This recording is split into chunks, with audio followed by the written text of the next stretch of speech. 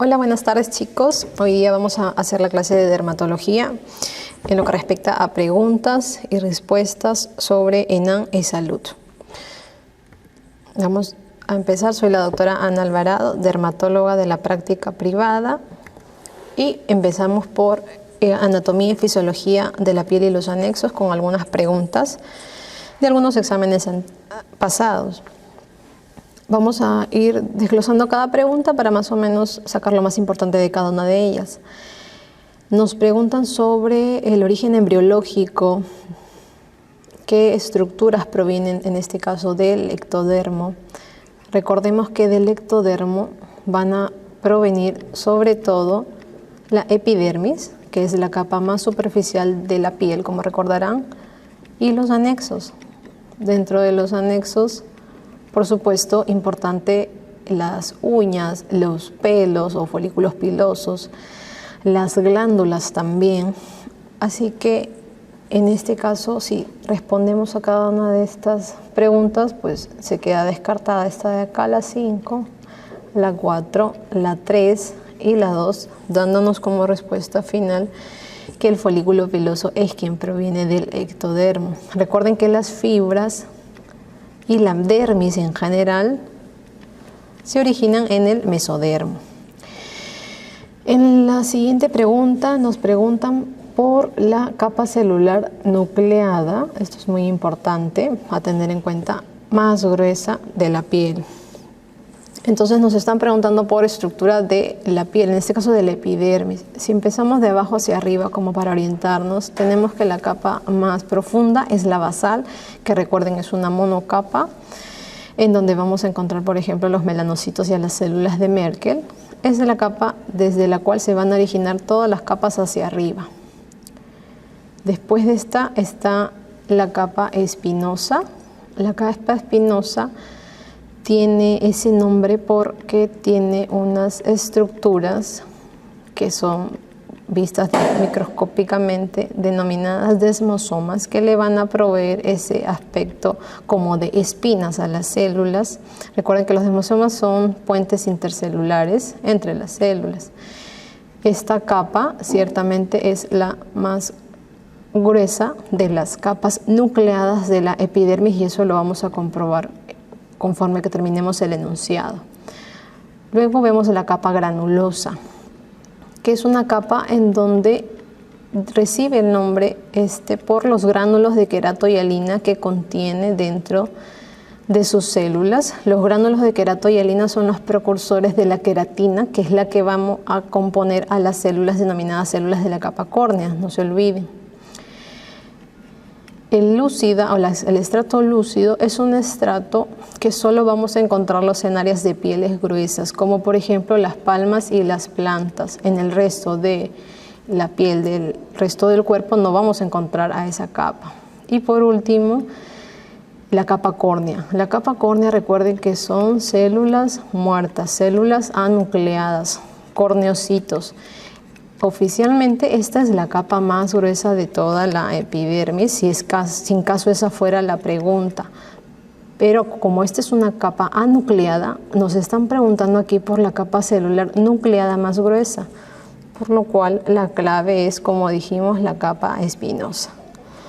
Y con esta pregunta o con este enunciado se resuelve la siguiente pregunta. La epidermis del antebrazo está constituida por todas las capas excepto la lúcida, que como les dije solo está en las palmas y en las plantas de nosotros.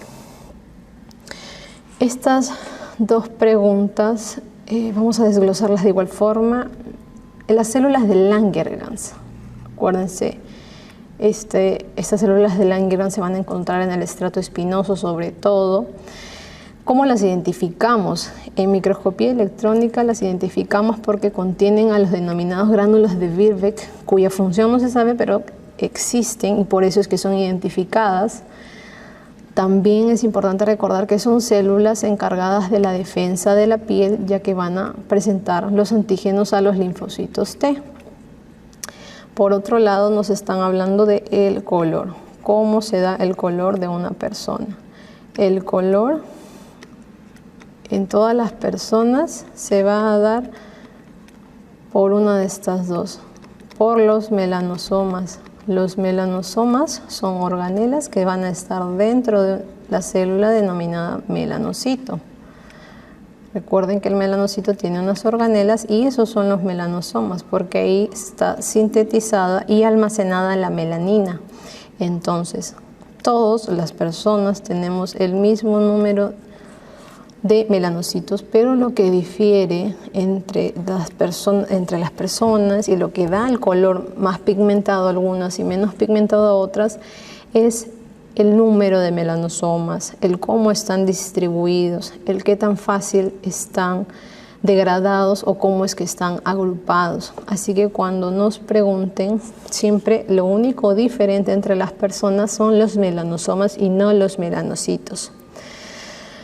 Por otro lado, me preguntan las células del Merkel están presentes en la epidermis, eso sí ya lo dijimos, y la secreción de las glándulas endocrinas es merocrina. Tenemos la primera glándula, la sebácea, cuya secreción es holocrina, significa que toda se destruye. Tenemos a la glándula sudorípara apocrina, cuya secreción es solamente por decapitación. Y por último tenemos a la glándula sudorípara ecrina, cuya secreción es merocrina, tal cual se indica en el enunciado, por lo que la falsa es la tercera clave. Los pacientes de color tienen más melanocitos que los pacientes blancos, lo cual es falso. Seguimos hablando del color de la piel. Recuerden que el color de la piel viene del aminoácido tirosina, que por una reacción se va a convertir finalmente en melanina, la cual, como dijimos, se almacena en los melanosomas que tienen los melanocitos. Entonces me preguntan qué cosa determina esto, el color, qué cosa estimula en todo caso la síntesis de color. El principal estímulo de que, valga la redundancia, sinteticemos más melanina es la radiación ultravioleta, es decir, el sol. Cuando hay más sol, como respuesta o mecanismo de defensa, nuestra piel sintetiza más melanina. Entonces el principal determinante del color va a ser siempre la radiación ultravioleta. Nos preguntan acá qué otros factores determinan el color. Como bien dijimos, el sol es el principal, pero también el grosor es uno importante, tal vez un poco por lógica, ¿no? Por ejemplo, la piel de la palma de la planta, que son pieles gruesas, es más difícil que penetre el rayo solar, a diferencia de la piel de los brazos o de la cara, en donde al ser una piel más delgada penetra el rayo solar y por lo tanto estimula más la síntesis de melanina. En cuanto a semiología de la piel, recordar las lesiones elementales, que pueden ser primarias, las cuales asientan sobre piel sana preferentemente, o pueden ser secundarias, que son por lo general evolución de las primarias o que asientan, por ejemplo, tras traumatismos. La cicatriz es un tipo de lesión elemental secundaria. Me preguntan la diferencia entre estos dos tipos de lesiones elementales de contenido líquido. La clave casi siempre va a ser el tamaño. El tamaño, el punto de corte viene a ser 1 centímetro. El punto de corte para hacer la diferencia entre una y otra, la forma no, el contenido menos, porque ambas tienen contenido líquido. Después me preguntan por el fenómeno de patergia. P de patergia, como siempre les digo, P de pioderma gangrenoso, que es también P de pústula, porque ¿qué es el patergia? El patergia es un fenómeno en el cual yo traumatizo una piel sana y produzco en esa zona de trauma una pústula. A eso se le denomina patergia positivo y eso se produce en esta entidad. El Koepfner o el Koepfner es parecido, pero no es lo mismo y no hay que confundirse. ¿Qué es el Koepfner? Cuando yo traumatizo un área de piel sana en una persona que padece una determinada dermatosis, por ejemplo la psoriasis, lo que provocó en esa área traumatizada es la dermatosis misma, es decir, en este caso la psoriasis. No estoy produciendo una pústula, por eso es distinto del patergia. El engrosamiento de la piel, esta es una pregunta que ha venido un par de veces y que es importante tener memoria de esta y recordarla. El engrosamiento de la piel, en el cual se exagera el reticulado o las redes, las rayas, digamos, que se ven en la piel, se le denomina liquenificación. Recuerden que la liquenificación por lo general es un fenómeno que se produce por rascado crónico. El rascado crónico lo que hace es que termina engrosando la piel y ese engrosamiento, esa piel más gruesa, se hace evidente el reticulado de la misma, lo cual se le denomina liquenificación. Otra pregunta que es importante que recordemos porque es un signo diagnóstico fundamental en una enfermedad muy conocida es el raspado metódico de Brock, que consiste en 3 pasos muy bien conocidos, siendo el tercero probablemente el más importante. En el primer paso rascamos las escamas de la lesión que se desprenden como la cera de la vela cuando uno la raspa, por eso se llama signo de la vela. El segundo paso luego de haber desprendido estas escamas es que se desprende una especie de membrana epidérmica, tras lo cual, tras ese desprendimiento, lo que se va a ver en la piel, en la lesión mejor dicho, es un punteado hemorrágico o rocío sangrante, o también denominado Auspitz, que si viéramos la lesión desde arriba hacia abajo de forma transversal, la veríamos más o menos de esta forma, con los sangrados puntiformes.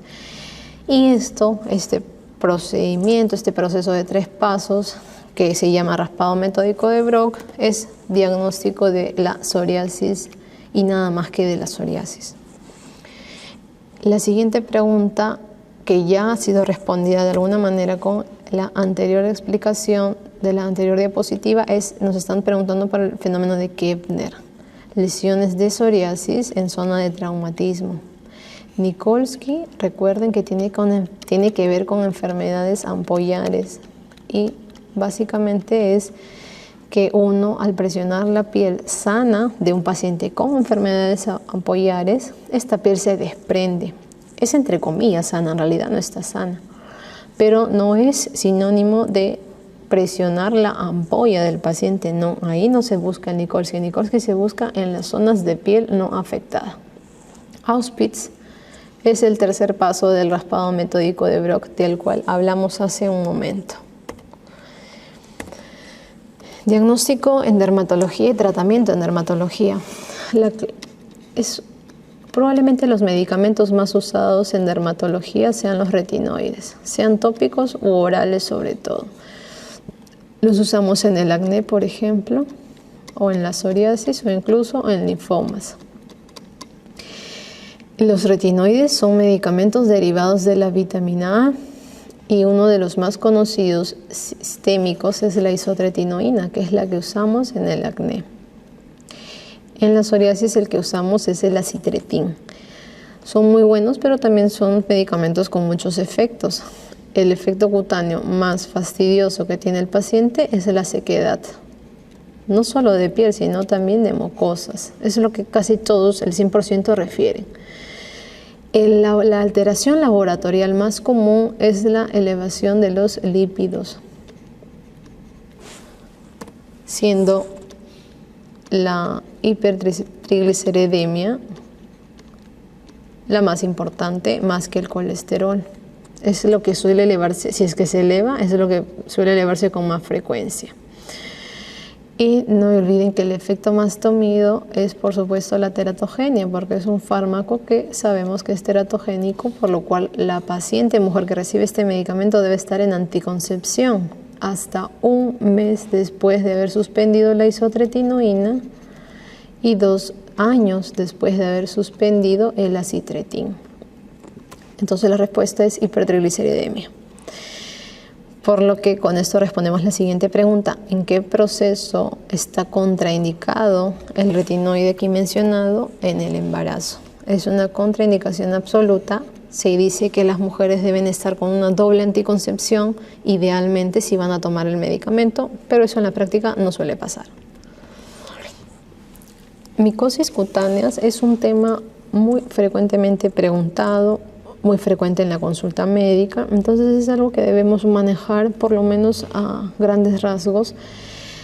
Y de repente, mejor aún, saber identificar, porque es un poco ejercitar al ojo y poder diagnosticar para no caer en errores.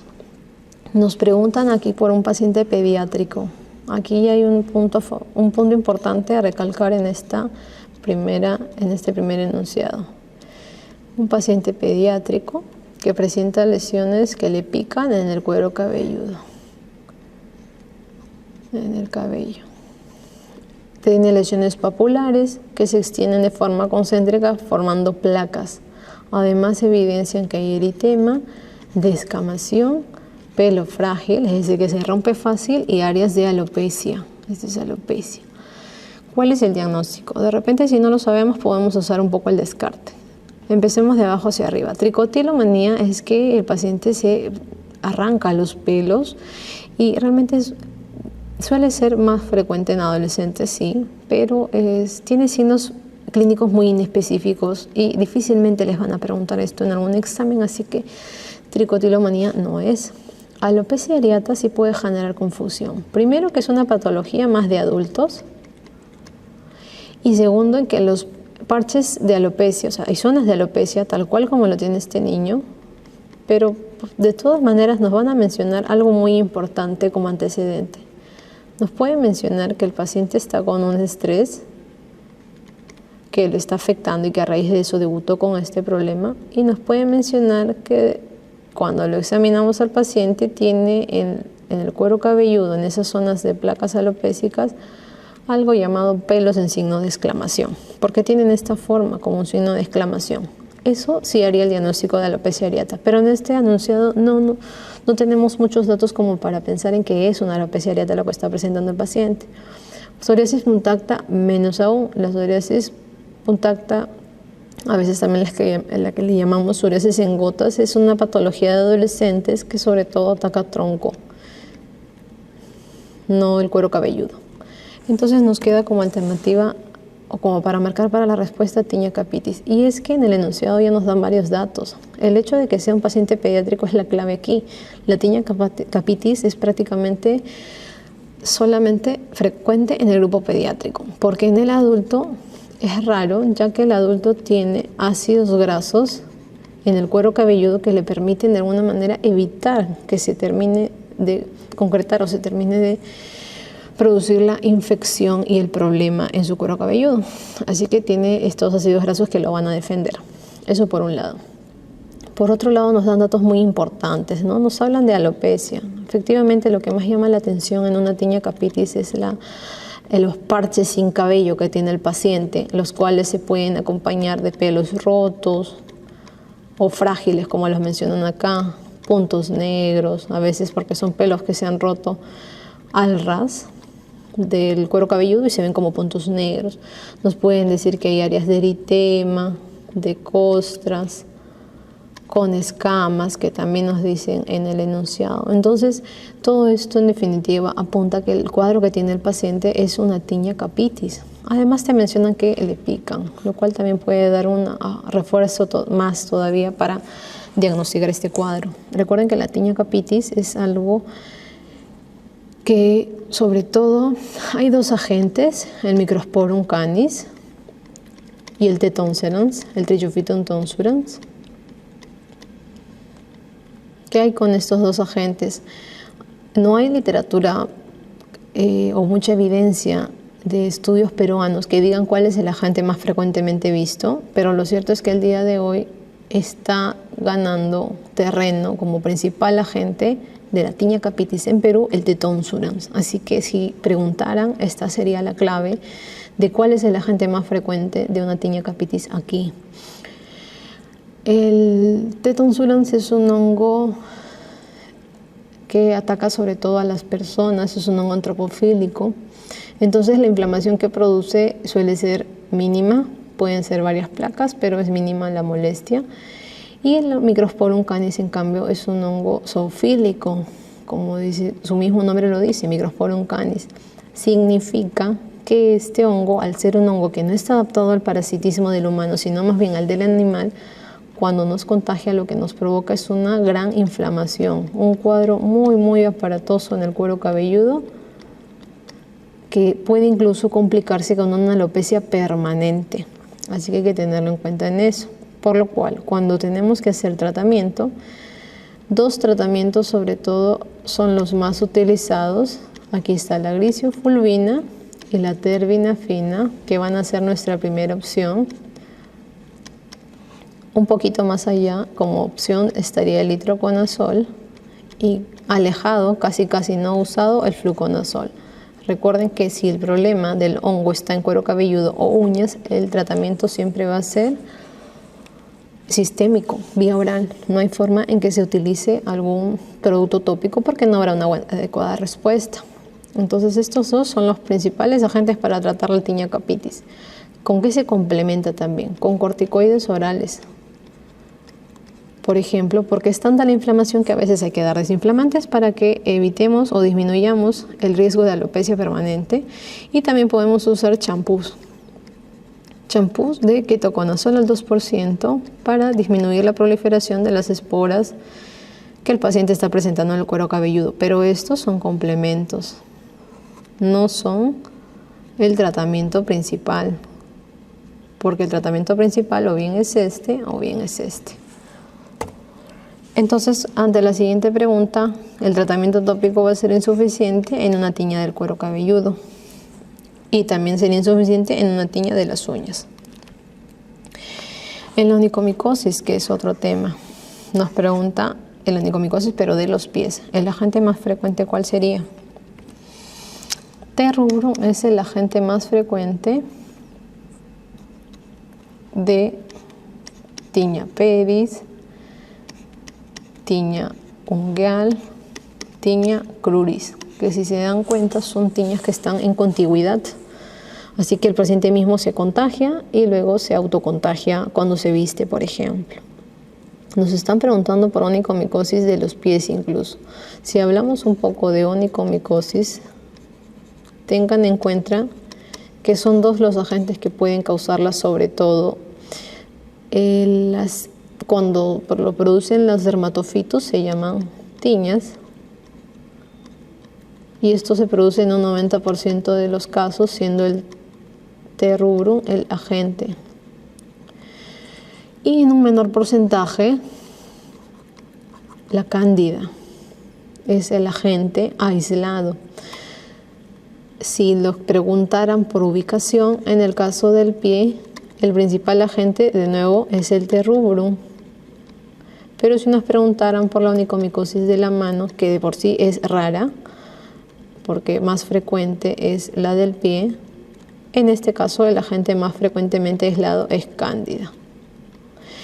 Y es por eso que la respuesta ante la pregunta onicomicosis de los pies, el agente es el T-rubrum, que es lo que está acá. De nuevo, si nos preguntan por tratamiento, el tratamiento debe ser sistémico, al igual que la tinea capitis, porque no hay forma en que una crema pueda penetrar adecuadamente en una uña y finalmente lograr la curación. Si nos preguntaran entonces cuál sería el tratamiento, tenemos terbinafina y tenemos itraconazol. La terbinafina sobre todo se va a usar si el agente aislado es T-rubrum o en general los dermatofitos, pero el itraconazol sobre todo es la preferencia cuando se aísla cándida. Para ello hay que hacer un estudio de frotis directo y cultivo en el paciente. Lo que no se usa, o en todo caso no está aprobado por FDA, aún así se usa mucho, es el fluconazol, porque hay mucha resistencia. Realmente no es lo más recomendable, contrario a lo que mucha gente piensa. La duración varía de 4 meses cuando las uñas son afectadas, las de los pies, y 2 meses cuando las uñas afectadas son las de las manos. Ante la siguiente pregunta, intertrigo candidiásico versus tinea cruris, ¿cómo los identifico o cómo no me confundo? La primera clave nos dice, usaremos la lámpara de Wood. La lámpara de Wood sirve para diagnosticar algunas micosis, realmente no la utilizamos. Consiste en que al pasar la lámpara o iluminar la zona de micosis emite una fluorescencia que es característica, se dice, de algunos cuadros micóticos, pero realmente no sirve para todos, así que no sería un arma para diagnosticar o diferenciar un intértrigo versus una tiña. El mal olor tampoco es una pista.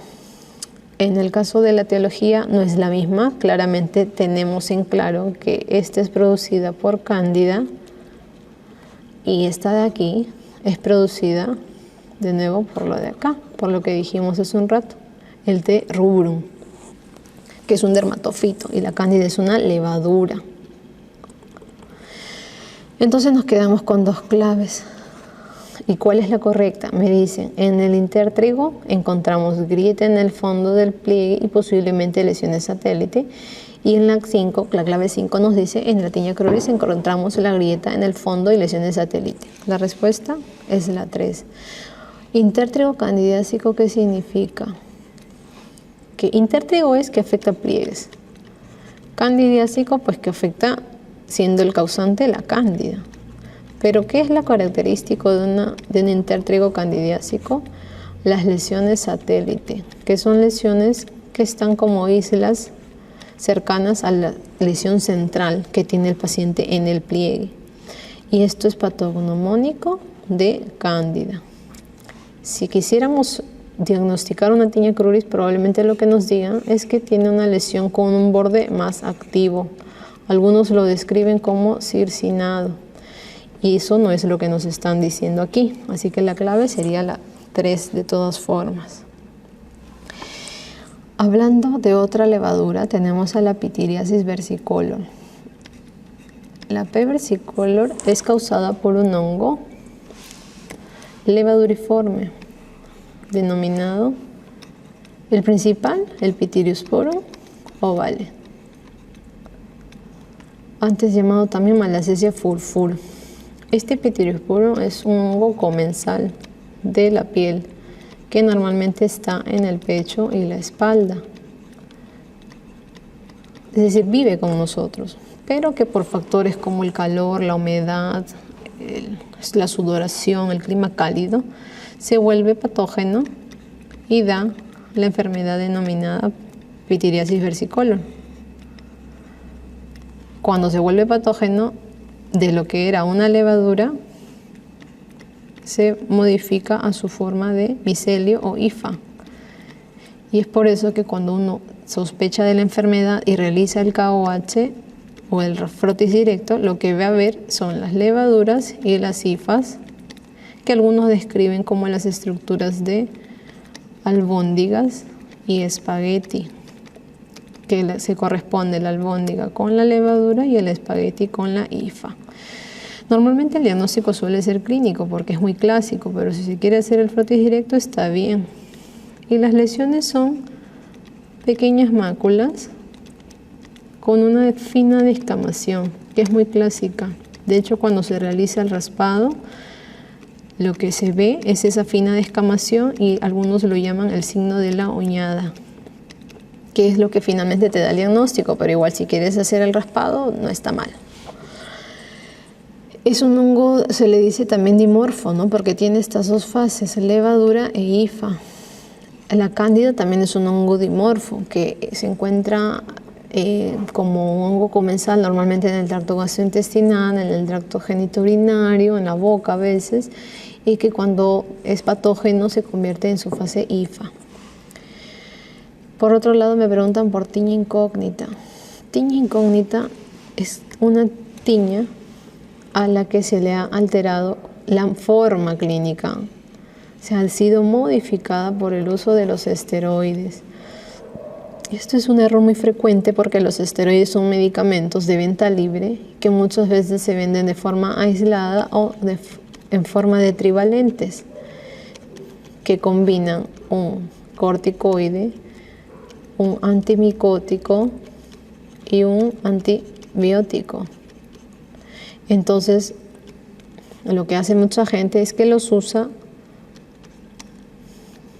Puede que tenga honguito el paciente, no sepa si tiene el honguito, en fin, pero usa el medicamento creyendo que lo que tiene es honguito, lo trata y lo estropea por la presencia de este corticoide. De hecho, si lo que, por ejemplo, tiene el paciente es una tiña y le das este medicamento, probablemente lograrás un mínimo efecto porque el corticoide va a desinflamar la lesión y porque, bueno, igual está conteniendo un antimicótico este medicamento, pero nunca va a terminar de curar la lesión porque El corticoide a lo mucho se debe usar por 5 días, pero los pacientes tienden a usarlo por muchos más días y lo que hacen en realidad es que suprimen la respuesta inmunológica local y el hongo, al contrario de desaparecer, más bien va creciendo, va aumentando su cantidad y la lesión nunca se termina de curar y finalmente el paciente, cuando se suspende el medicamento, rebota y rebota peor.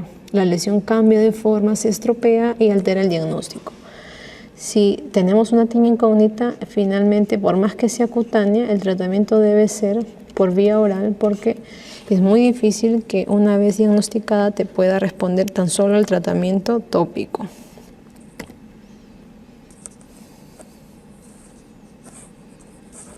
En lo que respecta a infecciones por parásitos, sí nos vamos a detener también un poquito más porque es un tema frecuentemente también preguntado y que es frecuentemente visto en la consulta médica, incluso en estos tiempos de pandemia es algo que se ha seguido viendo curiosamente.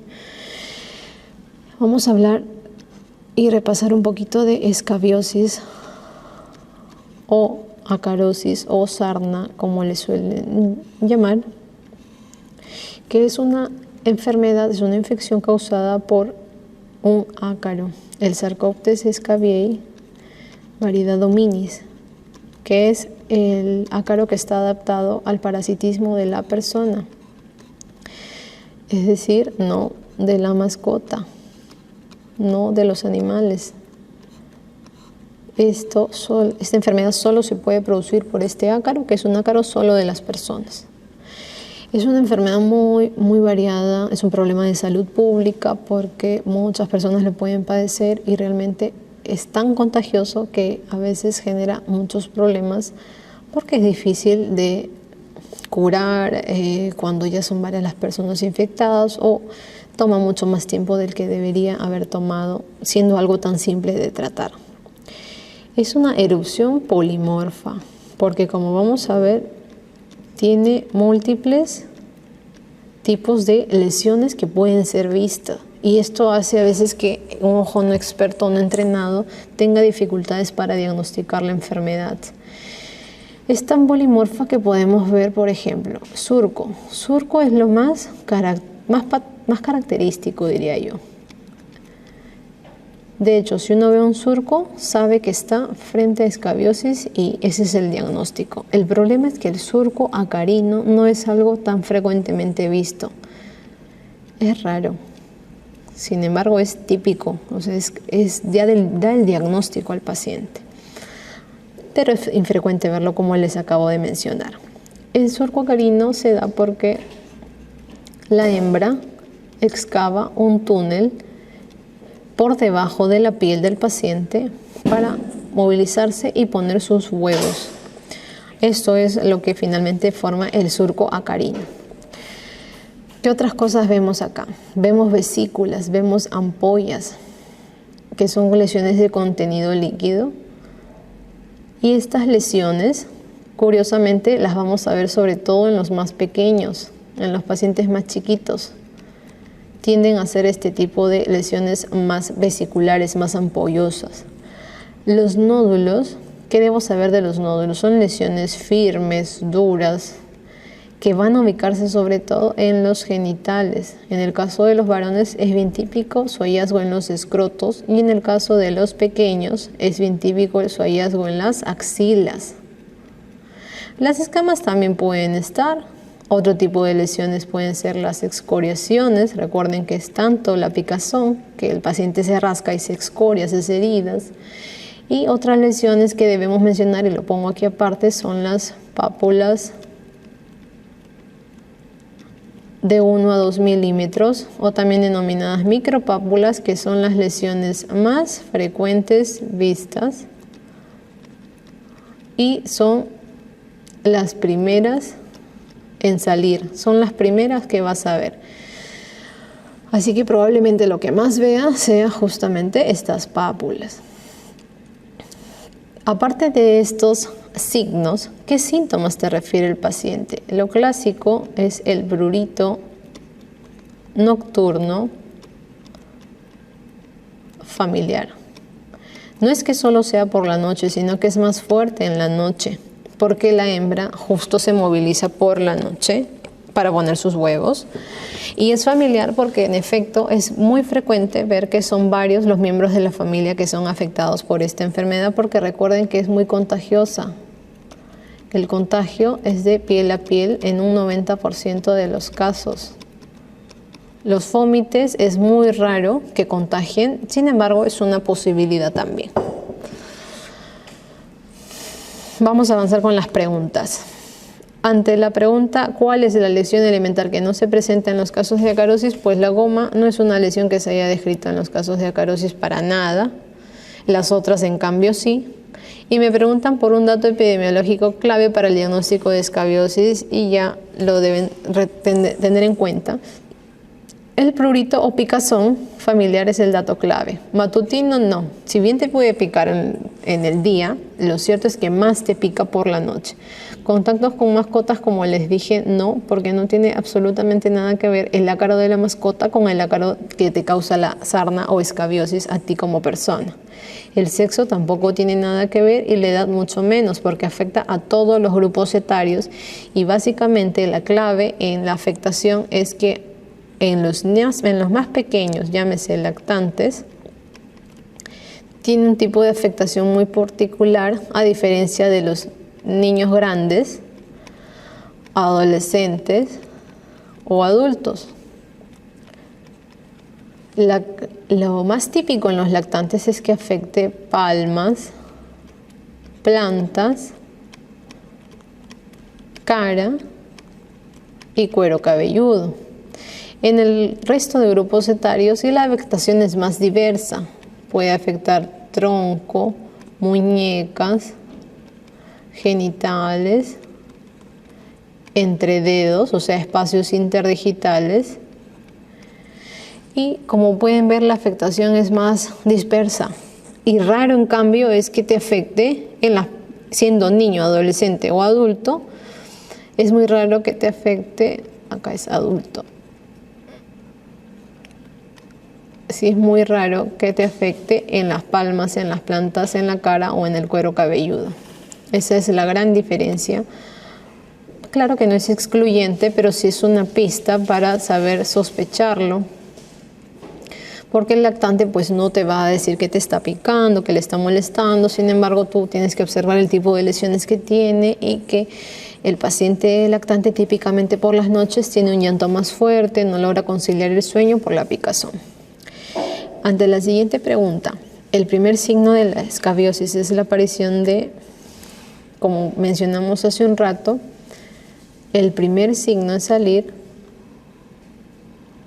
es la presencia de pápulas de 1 o 2 milímetros o también denominadas micropápulas, que yo diría que la zona más frecuente en la que son encontradas es en los espacios interdigitales, es decir, entre los dedos.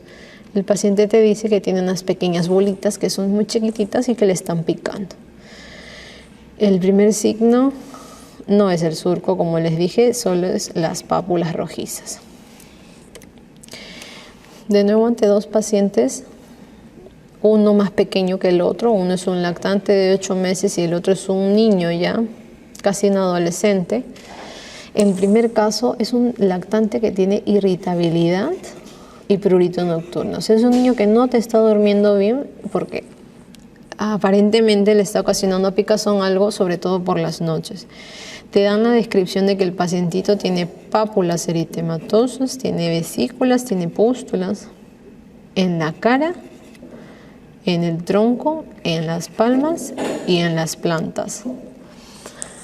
Y la clave aquí, pues, sin lugar a dudas va a ser que tiene acarosis, porque la localización típica y los signos y el grupo etario te dan fácilmente el diagnóstico. Aun cuando dice que el paciente también tiene lesiones en el tronco, recuerden que no es excluyente que las tenga en el tronco, o sea, por poder pueden estar, pero lo típico son estas 3 aplicaciones, 3 ubicaciones que están marcadas con círculo, ¿no? Que es la cara, la palma, las plantas. ¿Por qué no sería un ectima? Porque como veremos más adelante, un ectima es una infección que típicamente da una lesión tipo úlcera, lo cual no se está mencionando en ningún momento. Dermatitis es un término inespecífico e impético. También, como veremos más adelante, una de las lesiones típicas que se van a ver son las famosas costras mielicéricas, que en ningún momento el paciente del enunciado está teniendo. El siguiente caso es un niño un poco más grande que de nuevo presenta una picazón que sobre todo es más de noche. Eso es prácticamente ya diagnóstico porque no hay otra enfermedad en dermatología que te provoque una picazón así de predominio nocturno. Sin embargo, de todas maneras hay que leer el enunciado completo para poder responder antes de dar con la clave. Me dicen lesiones papuloritematosas pequeñas en el dorso de la mano, región interdigital. Aquí la palabra clave que salió es la región interdigital y muñecas, específicamente zonas flexoras. Vamos por descarte. Urticaria es una enfermedad cutánea en la que la presencia de los abones o ronchas es el síntoma clásico y solamente eso. Entonces aquí en ningún momento dice abones. Por último, la urticaria pica en cualquier momento porque no tiene un patrón claro como si lo tiene escabiosis. Dermatitis, de nuevo, es un término inespecífico. Erupción por fármacos, tendrían que decirme que hay algún medicamento que probablemente ha tomado el paciente antes de que inicie el cuadro para sospechar siquiera de que es una erupción por fármacos. Y lo cierto es que no me han dicho ese dato en el enunciado. Exantema vírico, pueden ser múltiples exantemas víricos. Por lo general te van a dar el dato de fiebre o malestar general y luego erupción de las lesiones cutáneas para que tú puedas dar con esta respuesta.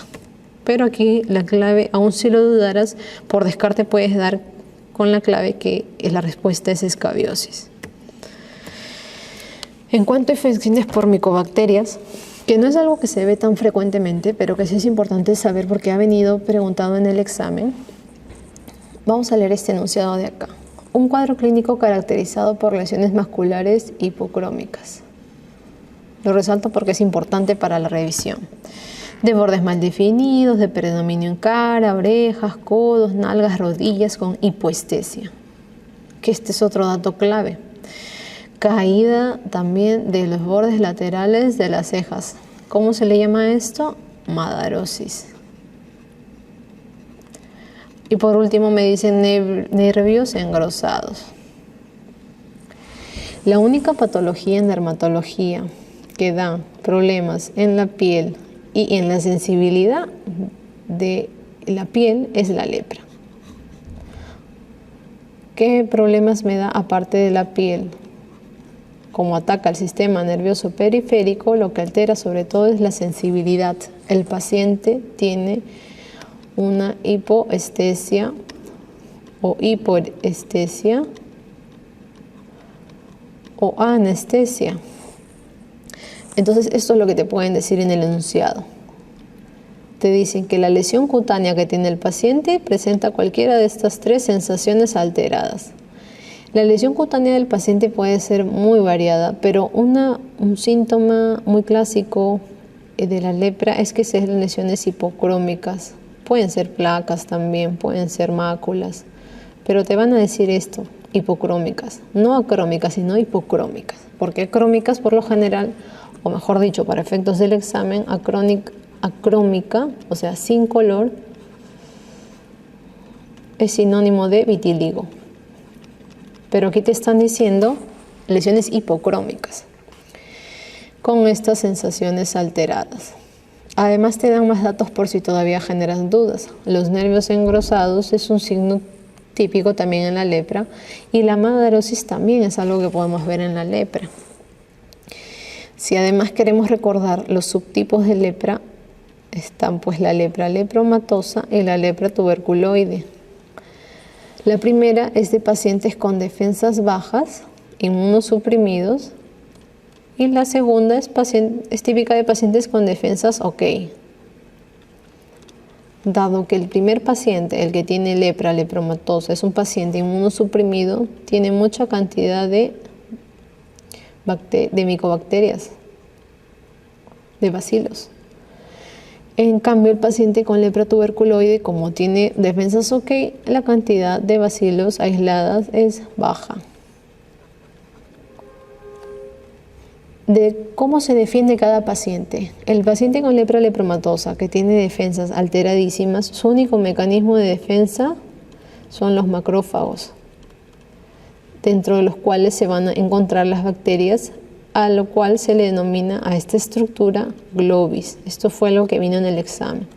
Globis son macrófagos cargados de múltiples bacilos o micobacterias. Y eso es lo único que tiene el paciente para defenderse. En cambio, el paciente con lepra tuberculoide, porque se parece a la tuberculosis, y es que forma granulomas, es un paciente que sí se puede defender muy bien, porque al formar el granuloma, pues son mínimas el número de bacterias que va a tener dentro de esos granulomas. Entonces la respuesta aquí va a ser pues lepra. Luego me preguntan por un paciente pediátrico con un absceso frío. Aquí la palabra clave es absceso frío, con destrucción de la piel suprayacente y ganglio cervical ulcerado. Me están hablando de una escrófula. Una escrófula es una tuberculosis, un tipo de tuberculosis cutánea típicamente de pacientes pediátricos que han estado en contacto con algún adulto enfermo. Y en la clínica efectivamente lo que van a describir es un absceso frío, son abscesos que no son inflamatorios, que por lo general, por contigüidad de un ganglio enfermo o el hueso enfermo, van a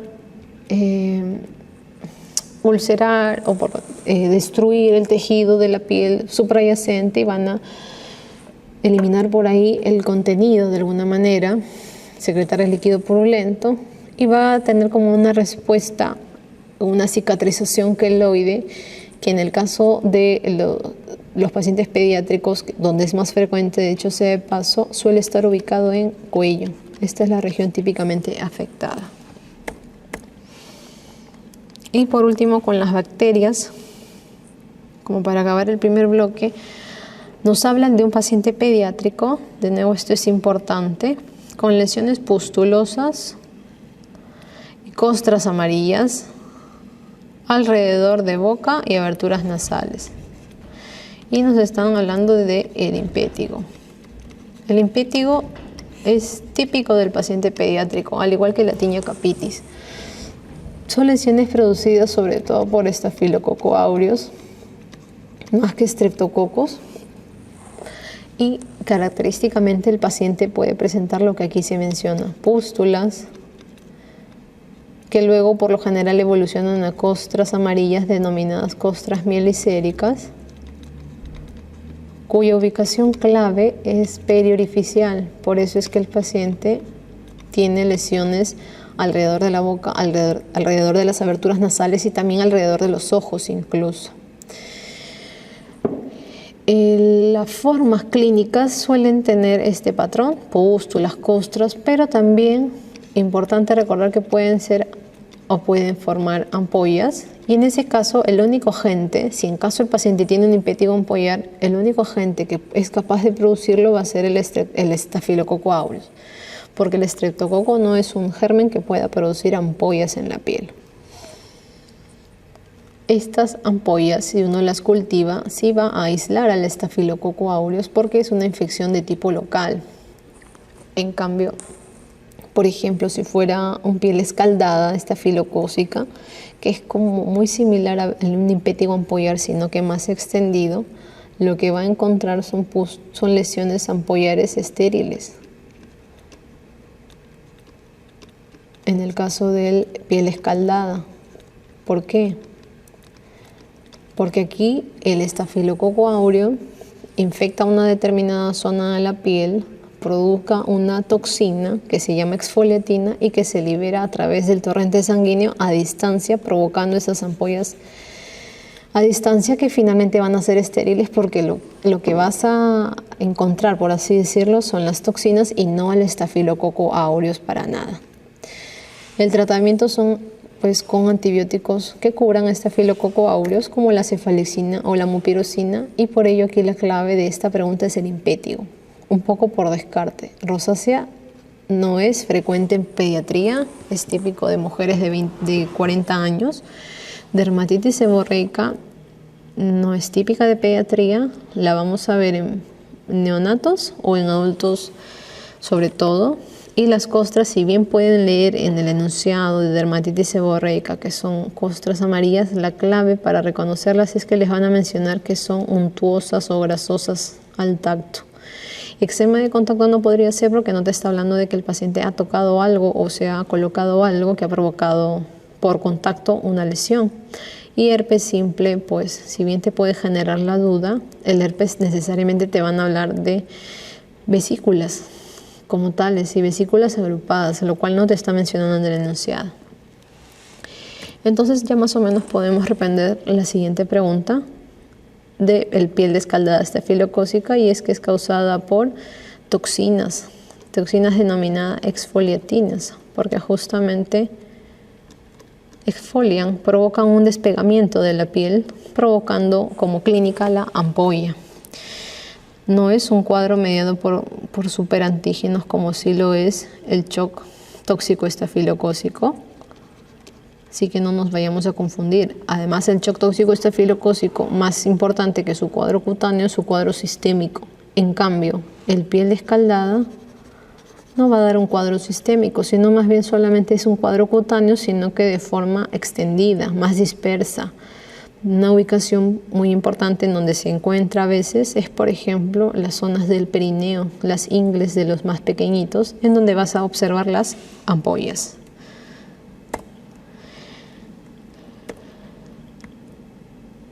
En la clave de aquí, no es propio del shock tóxico estafilocócico, pues la clave es esta, ya que el resto del problema sí lo vas a encontrar: fiebre, piel, lesiones cutáneas, fracaso renal, rhabdomiolisis. Y la siguiente pregunta, pues nos hablan de un adulto que tiene pústulas en la zona de los folículos pilosos alrededor de la barba y que son a repetición. Entonces nos están hablando de una foliculitis, que es una infección causada por Staph aureus y obviamente se va a ver en zonas pilosas. Y la clave diagnóstica son las pústulas que tienen un pequeño pelo central, porque son pústulas que se forman justo en el pelo. El tratamiento, como el Staphylococcus aureus, el germen causante, viene a ser con antibióticos antistafilocócicos como la dicloxacilina. Avanzando en el resto de las infecciones dermatológicas, tenemos a una mujer, en este caso adulta, que como factores de riesgos nos describen que es diabética, con una placa eritematosa en la pierna, y aquí tenemos a la palabra clave, bordes mal definidos, y además nos dan el dato de que tiene fiebre, y por si no fuera poco nos comentan también que tiene como extra una lesión en el cuarto espacio interdigital con una pequeña fisura central. Aun cuando la palabra clave ya nos está dando el diagnóstico, hay que leer muy bien la pregunta, porque nos están consultando por el diagnóstico de la lesión en la pierna, no de la lesión en el pie, lo cual podría causar confusión y que marques la respuesta incorrecta, por lo que la respuesta viene a ser celulitis. Celulitis es una infección de tejidos blandos, dermis profunda, subcutáneo, que tiene como clínica clásica los bordes, la placa de bordes muy mal definidos. Tú no puedes saber muy bien dónde está la piel sana y dónde inicia la piel enferma. Como compromete en profundidad al paciente, puede asociarse a febrícula o a fiebre. Tiene como factores de riesgos, por ejemplo, el ser diabético, el ser obeso. Y la puerta de entrada de la celulitis, que sobre todo se ubican en miembros inferiores por lo general, si te preguntan la ubicación, esta es la ubicación más frecuente de la celulitis. La puerta de entrada muchas veces termina siendo una tinea pedis maltratada, y es eso lo que está teniendo esta paciente, que en el cuarto espacio interdigital la lesión o fisura que presenta probablemente corresponde a una tinea pedis. Es por eso que la respuesta no es tinea pedis, sino celulitis, porque la lesión de la pierna es una celulitis. Probablemente si te hubieran preguntado la lesión del pie, era la respuesta tinea pedis. Diferente de la erisipela, en donde la lesión está bien definida. Y eso es lo que sobre todo te va a dar a ti la clave del diagnóstico diferencial con la celulitis. Y dicho sea de paso, esta erisipela también está ubicada sobre todo en miembros inferiores. La siguiente pregunta es sobre la Pseudomonas aeruginosa y me consultan sobre una enfermedad causada por este germen y la respuesta pues es el ectima gangrenoso. Y pasamos a hablar entonces de ectimas. Ectimas es una lesión en donde te van a escribir que tiene el paciente una úlcera. Típicamente la lesión que caracteriza un ectima es una úlcera que luego forma costra. Los ectimas son causados principalmente por estreptococo y más raramente por Pseudomonas aeruginosa. Cuando es causada por el estreptococo, generalmente el paciente tiene todo ok, o sea, defensas ok, es inmunocompetente. Cuando el paciente tiene una ectima causada por Pseudomonas, generalmente es un paciente que tiene inmunosupresión. De todas formas, es raro que esto se le produzca a un paciente inmunocompetente. Si bien ambos cuadros se van a caracterizar por una úlcera, la ubicación del ectima estreptocócico también suele ser, al igual que la celulitis y la erisipela, miembros inferiores. Y en cambio, cuando es por Pseudomonas, región anogenital, es la ubicación preferente. En cuanto a infecciones virales, nos consultan por un niño pequeño con lesiones tipo pápulas umbilicadas. Nos dicen que es color piel y eso está bien como dato extra, pero acá lo que nos importa resaltar son las pápulas umbilicadas que está presentando este paciente y que además pues las tiene en troncos, en brazos. La madre comenta que esto apareció justo tras el inicio de sus clases de natación. Y aquí lo que hay que resaltar es la palabra clave denominada pápulas umbilicadas, que es característica del molusco contagioso. De hecho, no hay otra enfermedad que produzca este síntoma con lesiones tipo pápulas, color piel o nacaradas, que al centro tienen una pequeña depresión u ombligo. Por eso es que se le dice pápula umbilicada, porque tienen esa pequeña depresión central. Es típica de los pacientes pediátricos y a veces el antecedente de haber ido a la natación es una clave para dar con el antecedente epidemiológico de contagio. El diferente es esto a las verrugas que son causadas por el virus de papiloma humano, a diferencia del molusco que es causada por un poxvirus.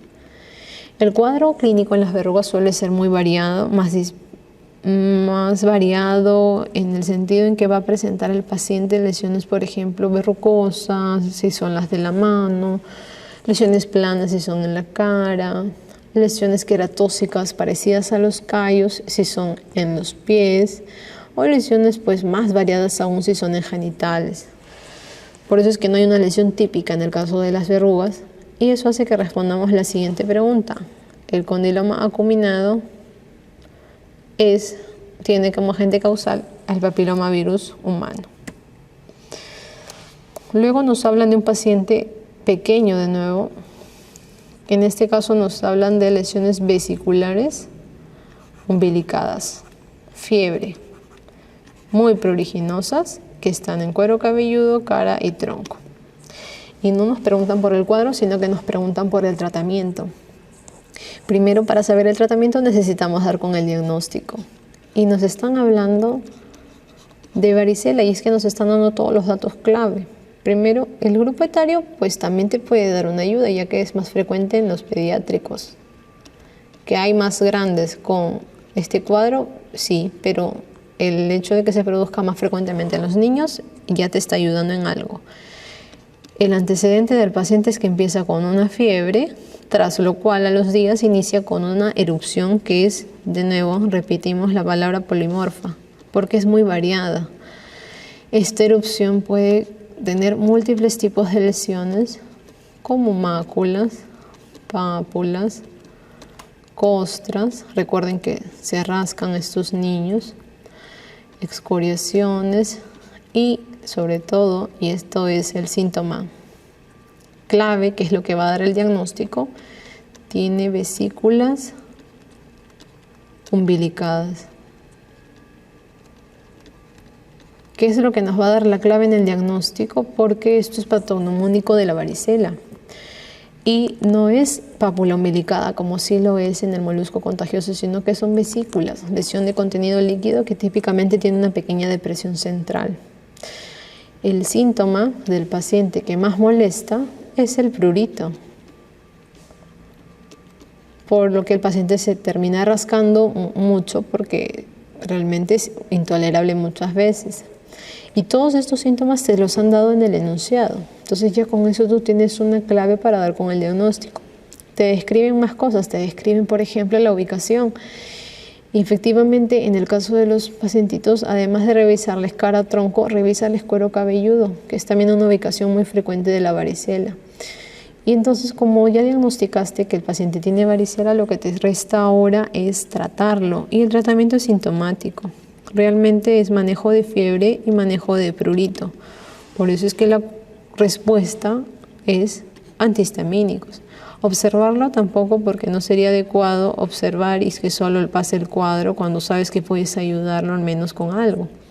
Antibióticos solo si te dijeran que el niño se infectó, porque también pasa que estos niños por el rascado hacen sobreinfección bacteriana o como lo conocemos como impetiginización. Hace un impetigo secundario porque se rasca mucho. Esa es la principal consecuencia. Un polivalente, como mencionamos cuando hablamos las tiñas incógnitas, los polivalentes son fármacos que realmente no están indicados en nada en dermatología, porque al tener estos tres componentes en uno solo, pueden alterar múltiples tipos de dermatosis. Principalmente pueden alterar el curso, la forma de las tiñas o de las micosis en general, por eso es que no las usamos para nada. Y bueno, corticoides no está indicado dar en varicela porque no tiene una función clara en el curso de esta enfermedad. Así como tuvimos varicela, la cual fue causada por el herpes virus varicela zoster, en algún momento de la vida también cuando este virus se queda acantonado en el ganglio de la raíz posterior nerviosa,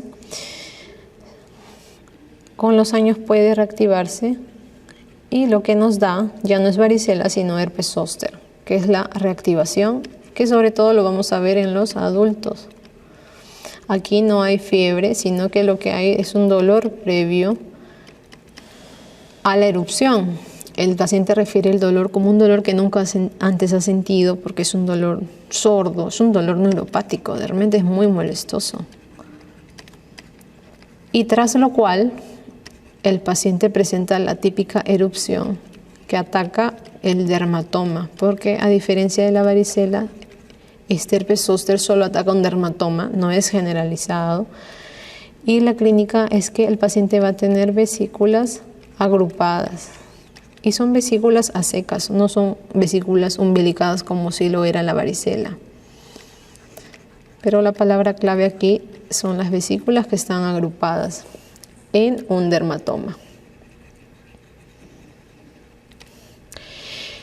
Como el paciente refiere tanto dolor, el manejo del cuadro requiere manejo del dolor, pero también manejo viral. Digamos que si está dentro de las 72 horas, lo correcto es darle antivirales y aquí el valaciclovir es el más utilizado y el más efectivo, incluso que el aciclovir. ¿Y por qué sobre todo? O sea, en algunos pacientes tiene el riesgo de dar como consecuencia la neuralgia posherpética, que es justamente la clave de la pregunta, porque esta es la principal complicación de un herpes zóster. Es decir, que el dolor te quede ya permanentemente en esa zona en donde te ha afectado. En cuanto a acné y rosácea, la lesión elemental del acné me preguntan. Es importante recordar que el acné también es una erupción polimorfa, como la varicela, como la escabiosis, porque puedes encontrar múltiples tipos de lesiones, las pústulas, los nodos, los quistes, úlceras no. Pero la lesión elemental, la que da la clave para decir que esto es acné sí o sí, es el comedón o espinilla. ya que los otros pueden ser vistos en otras entidades. El acné tiene múltiples causas, por eso se le denomina también enfermedad multifactorial, ya que tiene que ver un germen, que es el Cutibacterium acnes, tiene que ver la genética, que papá y mamá lo hayan tenido, tiene que ver lo hormonal. Aquí la hormona principalmente implicada son los andrógenos, que son hormonas que tenemos tanto mujeres como varones, que en el caso de algunas mujeres se encuentran alterados, por ejemplo, en el contexto de un SOP. Otros factores asociados, pues la dieta, como cuando ingieres alimentos de alto índice glicémico, que son alimentos que van a subir tu glucosa muy rápidamente una vez ingeridas, como los carbohidratos tipo pastas, arroz, harinas. También tiene que ver, por ejemplo, el uso de medicamentos. Si usas medicamentos tipo litio, por ejemplo,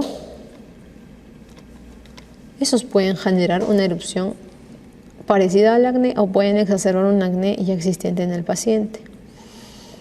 Las lesiones, lo olvidaba, pueden estar sobre todo ubicadas en áreas sebáceas del organismo, ya que el acné es una patología de la unidad folículo pilosebácea. Y esto es, por ejemplo, la cara, el pecho, la espalda, que son las localizaciones típicas del acné. Si queremos ahondar un poco, lo que nos queda, por ejemplo, es clasificar al acné. Y hay múltiples clasificaciones, pero dentro de las más utilizadas o más preguntadas, existe el acné que se grada por números, que es el acné grado 1, que es el comedogénico. El acné grado 2, que es un acné que sobre todo se caracteriza por pápulas. El acné de grado 3, que es un acné que se caracteriza sobre todo por pústulas. Y el acné grado 4, que tiene nódulos, pero también tiene quistes. Estos grados de acné se corresponden, el primero con un acné leve, el 2 y el 3 con un acné moderado y el 4 con un acné severo. Por lo que ante la pregunta, ¿cuál es la lesión que caracteriza el acné juvenil de grado 3? La respuesta es pústulas. La siguiente pregunta sobre un varón de 14 años con comedones. Nos dijo que tenía comedones, entonces ya sospechamos de todas formas que tiene acné. Tiene lesiones tipo pústulas y tiene un antecedente de que no tolera las penicilinas. Y me preguntan por el antibiótico. Aun cuando la pregunta considero que no está muy bien formulada, la única respuesta posible sería la clindamicina, incluso por el descarte de repente de que el paciente es intolerante a alérgico a la penicilina. Ya con eso prácticamente descartas la 1, la 2 y la 4.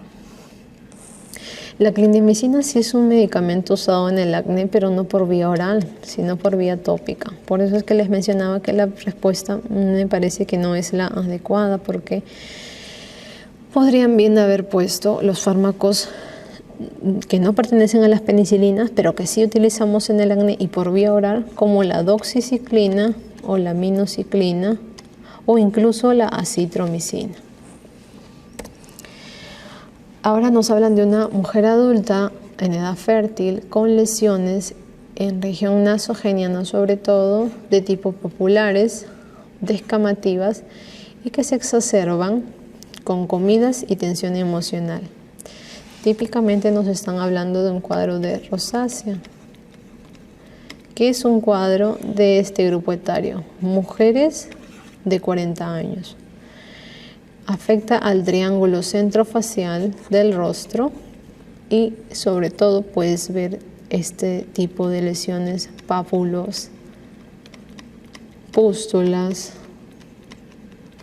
que van a estar ubicadas en esta región centrofacial, además de que te pueden decir que el paciente tiene telangiectasias, que no te lo han mencionado, o que tiene rubor, eritema o cuperosis facial, que tampoco lo han mencionado. Sin embargo, la clave aquí también para responder si en caso se dura es los estímulos que producen el cuadro.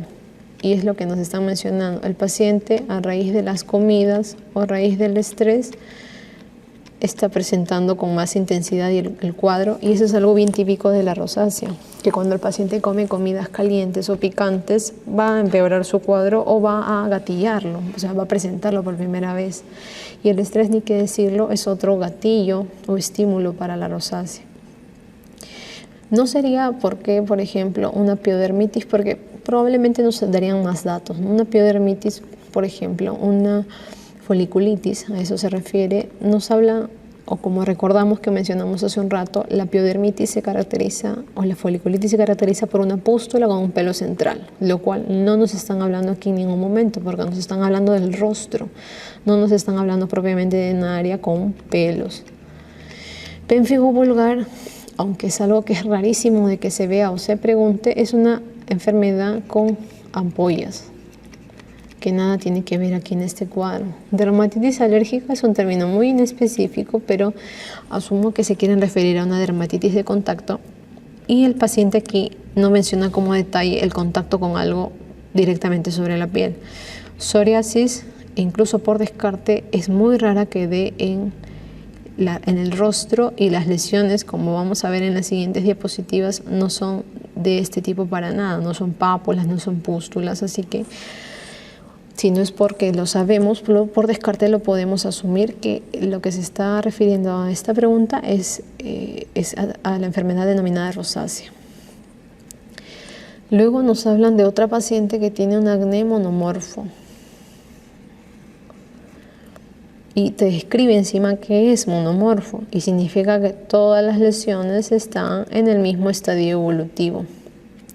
Es decir, el paciente presenta en realidad un solo tipo de lesiones, no presenta una variedad de lesiones, es decir, no es una erupción polimorfa. Te preguntan por el desencadenante. Para saber el desencadenante tendrías que saber de qué te están hablando.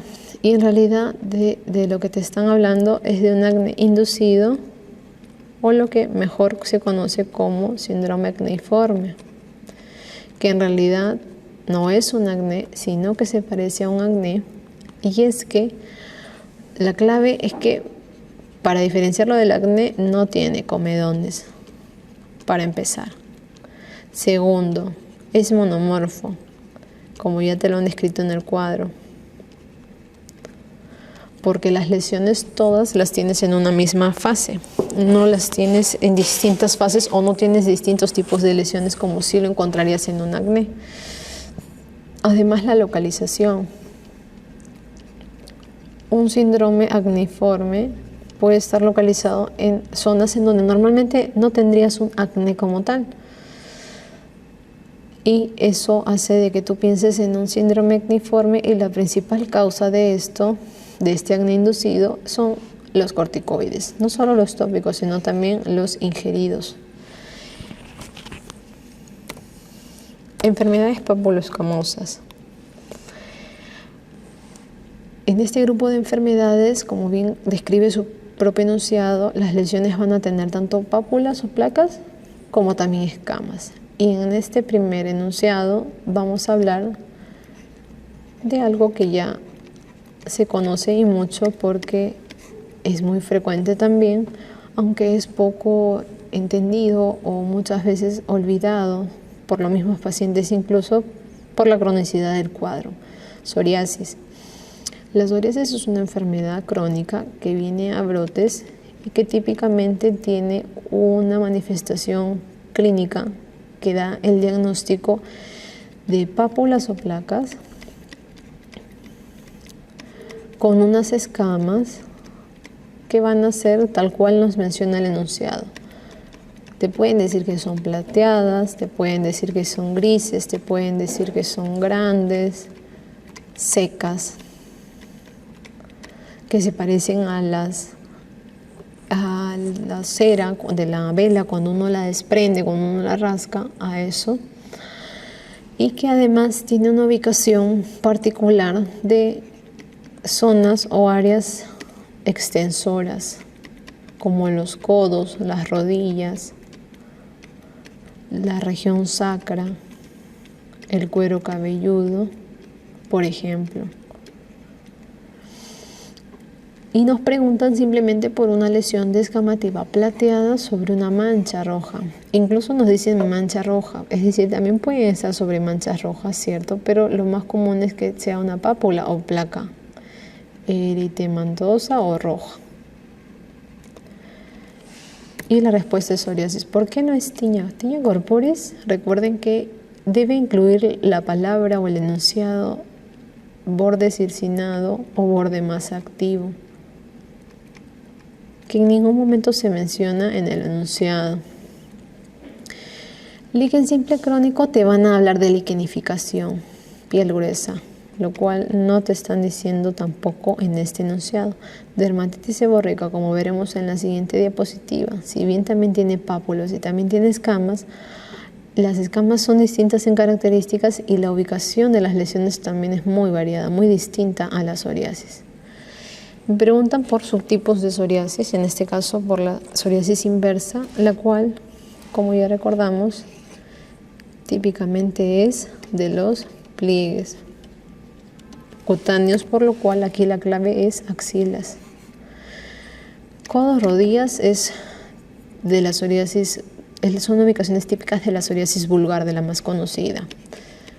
La psoriasis vulgar es la que también denominamos de grandes placas, que es la que en algún momento hemos visto en nuestra vida.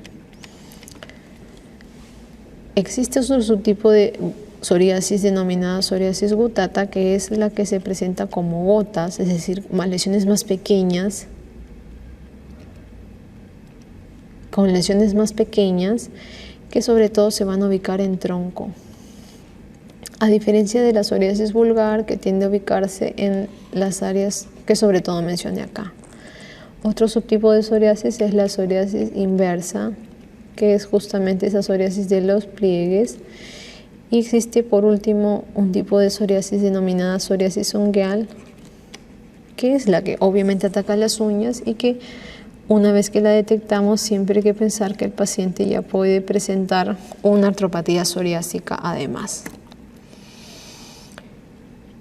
Nos hablan de un paciente, no nos mencionan la edad, pero nos mencionan que tiene una denominada costra láctea. La palabra costra láctea nos está refiriendo a la dermatitis seborreica. Y en este caso hay dos grupos etarios afectados, los neonatos sobre todo, también a veces los adolescentes, pero también los adultos. Cuando afecta a los neonatos, el cuadro típico es de la costra láctea, que es como una lesión tipo costra amarillenta que se asienta en cuero cabelludo, y esto es típico de los neonatos, de los lactantes. A eso se le llama dermatitis seborreica del lactante, la cual se considera incluso un fenómeno fisiológico.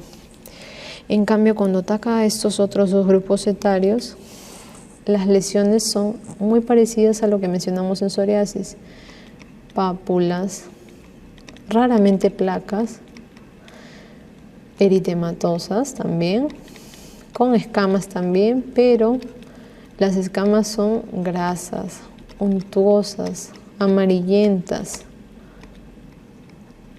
Y eso es lo que hace la diferencia, además de la localización. Por ejemplo, les dije, en la de los neonatos está en el cuero cabelludo, en la de los adolescentes y adultos está en surco nasogeniano, en glabela, en región supraciliar, retroauricular, incluso en el tórax. También puede afectar esta dermatitis seborreica de este grupo etario, por lo que la respuesta aquí vendría a ser dermatitis seborreica. Psoriasis no es, porque la costra láctea es sinónimo de dermatitis seborreica. Y pitiriasis rosada, recordemos, para hablar en la siguiente pregunta, que también es una enfermedad con placas eritematosas, con descamación, pero tiene dos fases que son muy bien reconocidas. Una, que es la formación de aquello que denominamos medallón heráldico, que es una lesión eritematosa, tipo una placa eritematosa, con una descamación en collar, como en un collar central, tras lo cual pasan unas semanas y aparecen más lesiones muy similares a esta, pero más pequeñitas, que conforman lo que se denomina lesiones en árbol de Navidad, porque toman esa distribución como árbol de Navidad en el tronco y que luego de un tiempo desaparecen simplemente porque se autolimita la enfermedad. Realmente no se sabe ni la causa, pero se sabe que va a pasar. Y por eso es que el tratamiento es también sintomático si es que en caso hubiera molestias como la picazón. En cuanto a los eczemas, es importante recordar que dentro de eczemas o los eczemas en general son un tipo de manifestación clínica que puede acompañar a distintas enfermedades agrupadas dentro de esto que denominamos eczemas. Y es que en general el eczema es una lesión que suele picar en mayor o menor grado y que se caracteriza por una variedad de signos como descamación, como exudación, como vesiculación, como engrosamiento de la piel, costras, secreción, etc. Lo importante es que el síntoma es característico de los eczemas es que pican. Suele ser una picazón que molesta mucho al paciente y según el contexto en el que se encuentra este eczema va a recibir un nombre distinto para cada enfermedad. Por ejemplo, me hablan aquí de qué manifestaciones acompañan a la atopia. En realidad se está refiriendo a qué manifestaciones acompañan a la dermatitis atópica, que es una entidad muy bien definida, de la que vamos a hablar. Como recordaremos, es una enfermedad que viene también a brotes, así como por ejemplo la psoriasis, que tiene síntomas muy particulares. En este caso el signo vienen a ser los eczemas, porque eso es lo que solemos ver. El síntoma, de nuevo, el prurito, tiene el antecedente de atopia, es decir, el paciente tiene familiares o tiene el antecedente de atopia, que son enfermedades asociadas a inmunoglobulina E, como la intolerancia a alimentos, por ejemplo, la rinitis alérgica, el asma, y característicamente tiene una morfología muy típica en la que, según el grupo etario, afecta a una localización determinada. Por ejemplo, si es el lactante o si es el niño, que son los dos más diferenciados. En el caso del lactante, afecta sobre todo las mejillas, respetando típicamente alrededor de la boca, y en el caso del niño o escolar, lo que afecta son la flexura anterior de los codos y la fosa poplitea, o sea, detrás de las rodillas. En el adulto el cuadro es más diverso, por lo cual no importa tanto. Este paciente típicamente tiene una piel genéticamente seca, indefensa, alterada, por lo cual es más susceptible a infecciones, a dañarse, a deshidratarse.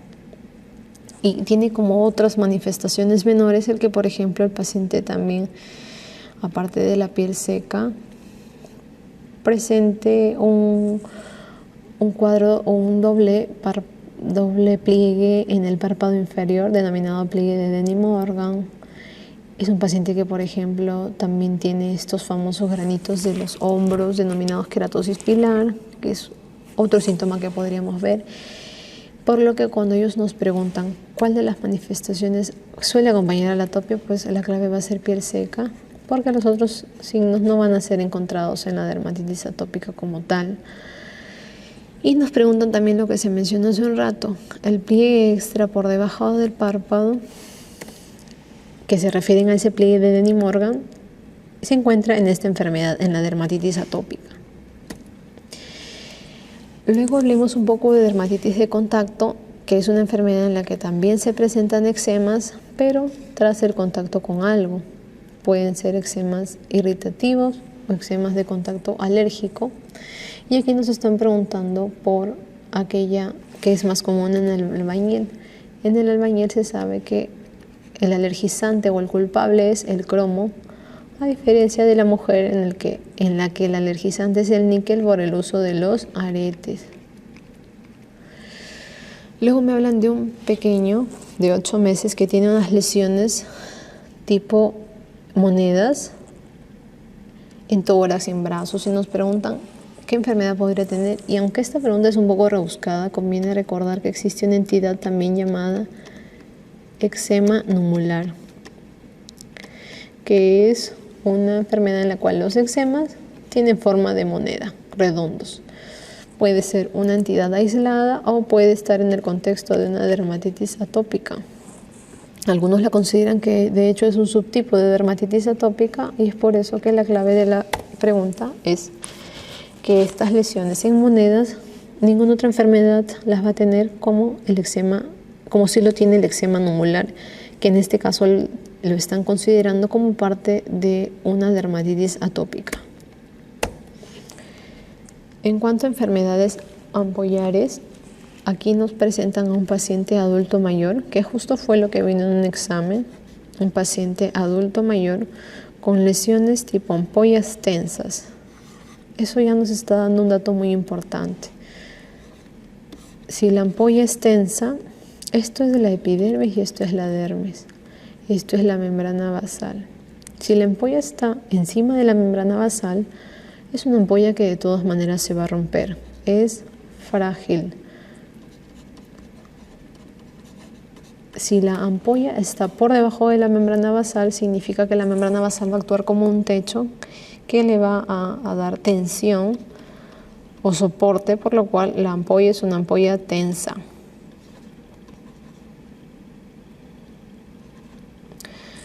Para ubicarnos un poquito. Y nos hablan además de que el paciente tiene en la piel lesiones tipo urticarianas que le están causando picazón.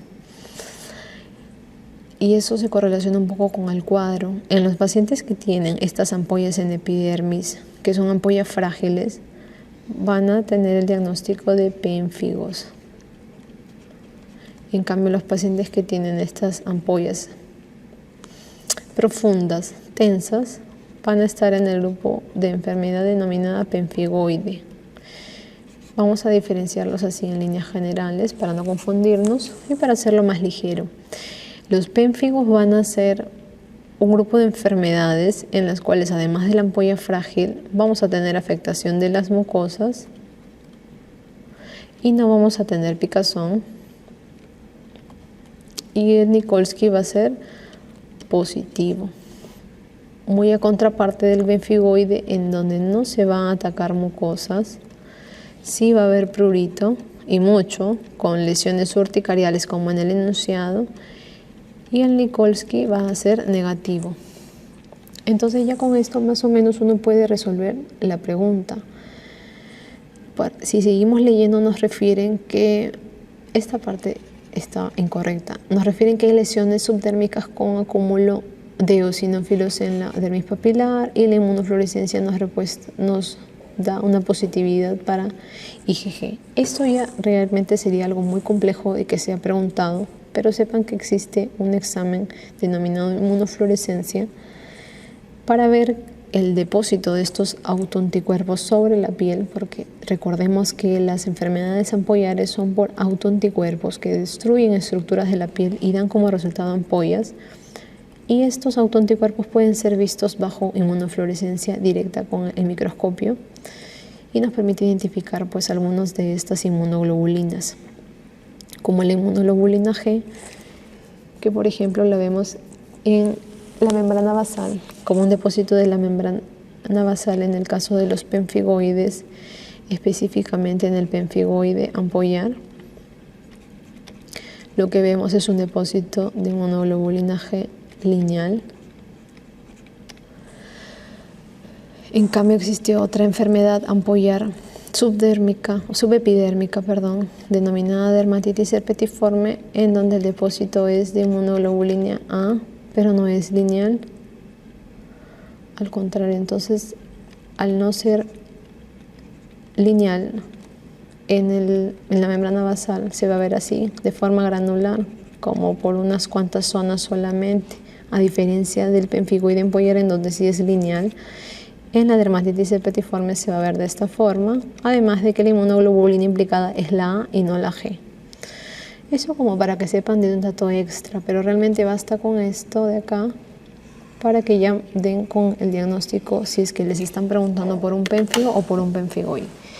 Ya si quieren saber más datos, el pemfigoide, en este caso particular, nos están hablando de un ampollar, es típico de un paciente de adulto mayor como el del cuadro. Por eso es que la respuesta es pemfigoide ampollar. No podría ser dermatitis herpetiforme porque el depósito no es lineal y no es de IgG.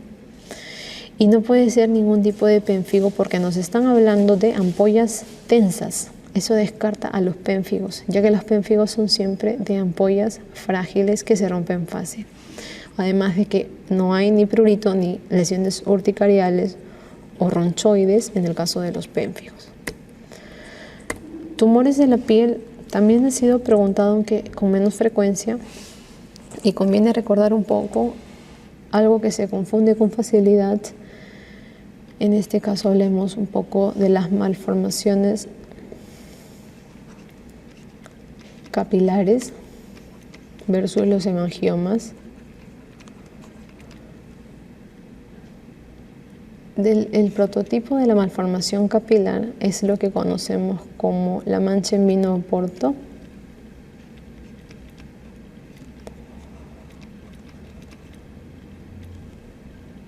Para que hablemos en un término mucho más conocido y vamos a hacer el diferenciar con los hemangiomas. Primero que nada, que como su nombre lo dice, la malformación capilar es una lesión en que los vasos están mal formados. A diferencia de los hemangiomas en los que los vasos mal formados, y acá los vasos en los hemangiomas en cambio son vasos correctos, sino que lo que está aumentado es que están su proliferación. Es decir, hay muchas células, es un tumor como tal, no es solo una malformación y ya, acá hay una proliferación que da como resultado un tumor vascular denominado hemangioma, que es el tumor más frecuente vascular en la edad pediátrica.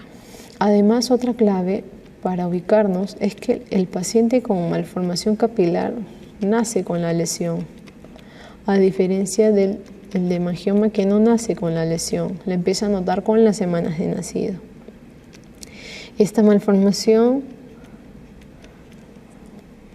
no regresiona,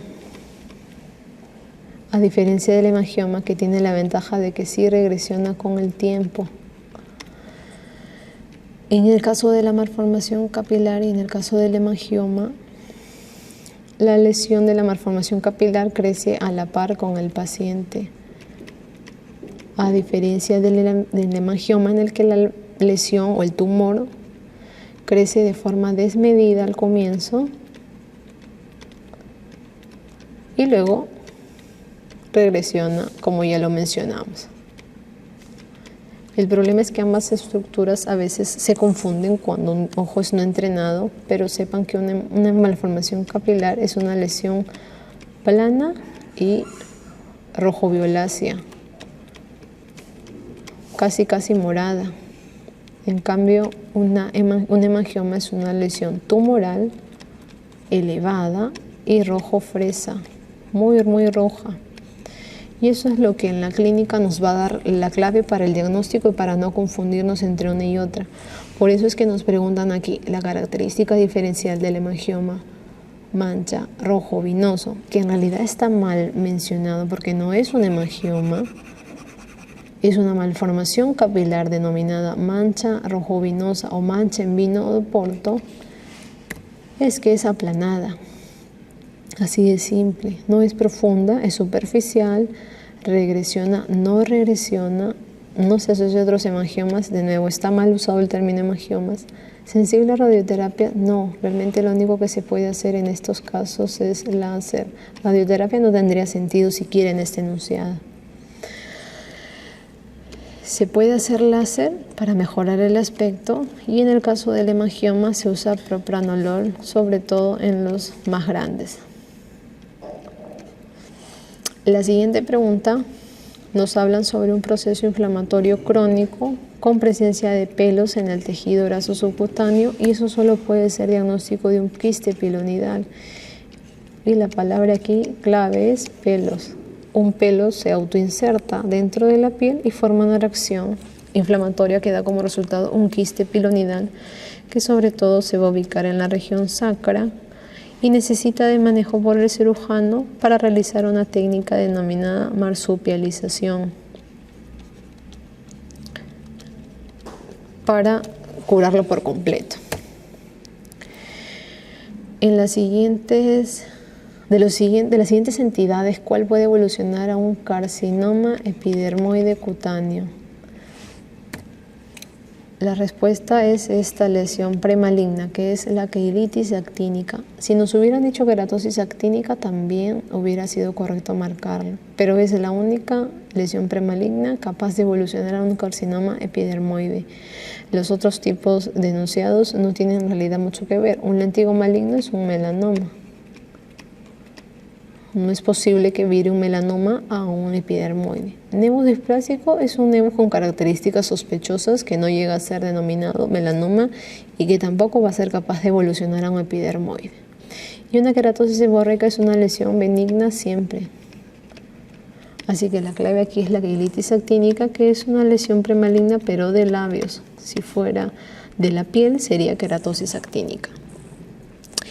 Me piden señalar la forma clínica más frecuente del melanoma. Yo resalto las dos porque esta es una pregunta antigua en donde la respuesta fue esta de acá, que es en realidad la respuesta si la pregunta fuera tal vez a nivel mundial cuál es el melanoma más frecuente, en donde efectivamente es el melanoma de extensión superficial, pero yo considero que la respuesta debería ser idealmente enfocada en nuestra realidad, porque eso sí es algo que tenemos claro, y es que el melanoma acral es el más frecuente en Perú. Y este melanoma es de las zonas acrales que corresponden pues a las manos y los pies, con un mal pronóstico muchas veces porque los pacientes llegan con diagnósticos tardíos, con lesiones muy avanzadas, cuya sobrevida ya se ve afectada por lo avanzado del cuadro. Un melanoma nodular, como para que recuerden también, es un melanoma que carece de una fase de crecimiento radial. Y es que si repasamos un poco, el melanoma tiene una fase de crecimiento radial, o también le denominamos horizontal, extendido hacia los lados. Con el tiempo progresa a una fase de crecimiento vertical, que es un crecimiento a profundidad, y que esto ya debe ser preocupante porque el melanoma ya está ingresando a profundidad y puede ya metastatizar. Con el tiempo las metástasis pueden ser regionales y luego pueden ser a distancia, sobre todo al cerebro y a los pulmones. Esta profundidad se correlaciona con un término denominado índice de Breslow, que es la profundidad a la cual se encuentra el melanoma, o sea, la última célula patológica del melanoma, y eso se correlaciona con la supervivencia. Si es más profundo, es menos supervivencia para el paciente. Urticaria y angioedema. Nos hablan de un adulto que por primera vez tiene unas lesiones tipo abones que pican en todo el cuerpo y además tiene una placa edematosa en la cara. Nos están hablando en definitiva de una urticaria aguda, ya que nos están mencionando la palabra clave, abones. Abones es lo que comúnmente conocemos como ronchas, que se van a formar por la liberación de la histamina de los mastocitos frente a algún estímulo. En este caso, a veces el estímulo para una urticaria aguda es que el paciente ha tenido un resfriado, ha consumido algo nuevo, sea un medicamento, un nuevo alimento, y tras lo cual pues desarrolla esta reacción con liberación de histamina y se producen clínicamente los abones o ronchas que obviamente van a picar. La característica de todo abón o roncha por definición es que se desaparezca en un plazo menor a 24 horas y esto se le denomina evanescencia. Esto es lo que define a todo abón o roncha. Si la lesión sospechosa de abón o roncha durara más de ese tiempo, ya deja de llevar ese nombre y hay que hacerle estudio. Esta área donde nos mencionan que el paciente tiene una placa edematosa en la cara puede generar cierta confusión y puede ser pensar que se está refiriendo a un angioedema, Y eso es lo que hace que algunos chicos marquen esta clave de aquí. Pero lo cierto es que un angioedema es una inflamación de tejidos que sobre todo se puede ubicar alrededor de los ojos, glotis y labios. Entonces probablemente si quisieran decirnos que además hay un angioedema asociado, nos describirían esto, pero lo cierto es que nos describen algo muy inespecífico, una placa edematosa. Probablemente nos estén hablando también de que esos abones estén confluyendo y se hayan convertido ya en una placa, porque un abón finalmente es una pápula, pero no se están refiriendo a un angioedema por si acaso. Además de que si fuera un angioedema hereditario, este paciente hubiera presentado desde más chico los episodios de angioedema, y aquí claramente nos están hablando de que el paciente presenta por primera vez este cuadro a sus 52 años. Entonces no hay explicación lógica para eso. Y ya hablando de angioedema, como muchas veces en realidad es una emergencia dermatológica, el tratamiento tiene que ser sí o sí la adrenalina, a diferencia de la urticaria en el que el tratamiento, como hay una liberación de histamina por los mastocitos, tiene que ser realizado pues el tratamiento con los antihistamínicos. En cuanto a reacciones a medicamentos, tenemos dentro de esta clasificación el eritema multiforme, el síndrome de Stevens-Johnson y la necrólisis epidérmica tóxica. Siempre, por lo general, se han clasificado en conjunto dentro de lo que se conoce como reacciones alérgicas a medicamentos, pero porque antes se solía hacer así, pero lo cierto es que el eritema multiforme se sabe en realidad que es una entidad independiente de estas dos y que es más que una reacción a medicamentos, suele ser una reacción a una infección, por ejemplo, por herpes, que es lo que se ha estado hallando durante los últimos años, por ejemplo. En cambio, el Stevens-Johnson y el NET, pues sí, claramente el causante siempre va a ser un fármaco. Entonces, ¿qué podemos decir de cada enfermedad? Primero que nada, tener en claro que el eritema multiforme es un paciente que va a estar estable. O sea, es un paciente no UCI, a diferencia del paciente con Stevens-Johnson y NET, que es un paciente inestable que requiere UCI, que es como un gran quemado y que se puede morir, porque la mortalidad en el Stevens-Johnson y en el NET es alta. El paciente con el eritema multiforme tiene lesiones en la piel, también puede tener lesiones en las mucosas, pero a lo mucho afecta una o dos mucosas. Y en el caso del Stevens-Johnson y NET, tiene afectación en la piel, tiene afectación en la mucosa, pero también tiene afectación en los órganos internos. O sea, es un cuadro sistémico y eso le da la severidad que tiene. Hay despegamiento cutáneo en ambas entidades. Y en el caso del eritema multiforme suele ser menor al 10%, o sea, es mínimo, realmente imperceptible. Y en el caso del Stevens-Johnson también es menor al 10%, y en el NET es mayor al 30%, pero ese 10 a 30% que nos faltaría es de algo que se llama overlap Stevens-Johnson síndrome NET. Pero esto es para que tengamos en claro que aun cuando el eritema multiforme también puede hacer un despegamiento cutáneo del 10%, es totalmente diferente a, por ejemplo, un síndrome de Stevens-Johnson que también teóricamente puede provocar un despegamiento cutáneo del 10%, menor al 10%. Como hay estas ampollas se revientan fácil, van a dar el Nikolsky positivo.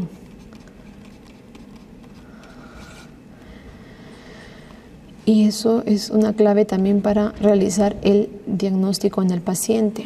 Una pista extra de repente para hacer el diagnóstico diferencial, aún si quedaran dudas, es que en el eritema multiforme podemos ver lesiones diana, que son lesiones como con 3 anillos concéntricos como una diana, que son muy típicas del eritema multiforme.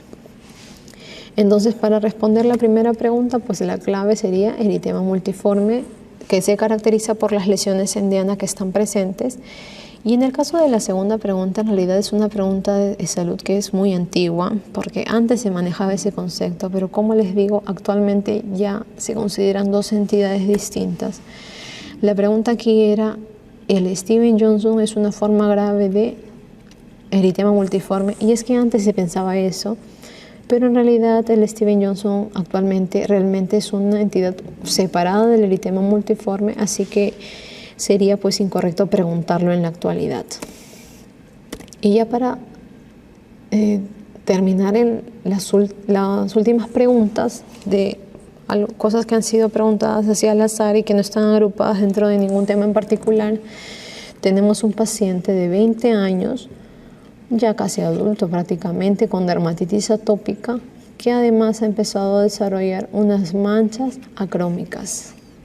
Acá mencionó la palabra clave acrómicas, pero además se menciona que las lesiones están en dorso de manos. Y aun cuando tú ya más o menos tienes claro el diagnóstico, es importante que leas porque te tratan de confundir. Cuando hablamos de manchas acrómicas, casi con un 99% de seguridad les van a hablar de vitiligo, porque no hay otra entidad para efectos prácticos en dermatología que dé unas lesiones acrómicas, es decir, sin color. Además de que te están hablando que está afectando el dorso de las manos y es una localización que a veces suele afectar con frecuencia en el caso del vitiligo. Pero ¿qué pasa? Te podría generar confusión con esta primera respuesta, con algo que sí existe, que es denominado hipopigmentación postinflamatoria por la dermatitis atópica. Y es que un paciente con dermatitis atópica, en las zonas donde ha tenido eczemas y se ha curado, muchas veces desarrolla una hipopigmentación postinflamatoria que se va a dar clínicamente como unas manchas hipocrómicas. Y esa sería la diferencia, que las manchas suelen ser hipocrómicas y no acrómicas como el vitiligo. Por otro lado, ya nos preguntan otra entidad denominada prurigo infantil, que es también frecuente en los niños, por eso recibe el nombre de prurigo infantil, y característicamente se ve que estos pacientes tienen una hipersensibilidad a la picadura de los mosquitos. Basta que un solo mosquito pique para que el paciente desarrolle múltiples lesiones, que típicamente van a estar ubicadas en áreas expuestas, dicho sea de paso, a esos mosquitos, que suelen ser pues los miembros inferiores. Las lesiones típicas son unas grandes pápulas que pueden o no tener una pequeña vesícula central, y eso es lo que te dice el familiar, ¿no? Son unas lesiones como pelotitas que tienen una pequeña bolita de agua al medio, que pican y pican mucho y que cuando curan dejan una pigmentación residual muy característica. Por lo que la respuesta en este caso, cuando nos preguntan por el prurigo infantil, vendría a dar como respuesta la primera. La lesión que caracteriza el prurigo infantil son pápulas pruriginosas, de ahí viene el nombre, en los miembros inferiores. Tal vez te puede generar confusión con la clave 2 en donde me hablan de vesículas en miembros superiores, pero aquí contradice lo que hemos aprendido, y es que las vesículas pueden o no estar, y la ubicación en los miembros superiores también se puede dar, pero es más rara que los miembros inferiores. Los miembros superiores es una ubicación más rara que los miembros inferiores. Los otros enunciados son muy inespecíficos. Equimosis, no tendría sentido pensar en equimosis. ¿Por qué? No habría un motivo. Y exantema vesicular, pues tampoco. No me está hablando de que las vesículas, como les mencioné, no es una lesión típica. Puede o no acompañar a las pápulas. Y bueno, eso sería todo, chicos. Si tuvieran alguna duda, ya saben siempre dónde pueden contactarnos, y espero pues que este repaso les haya servido de mucho.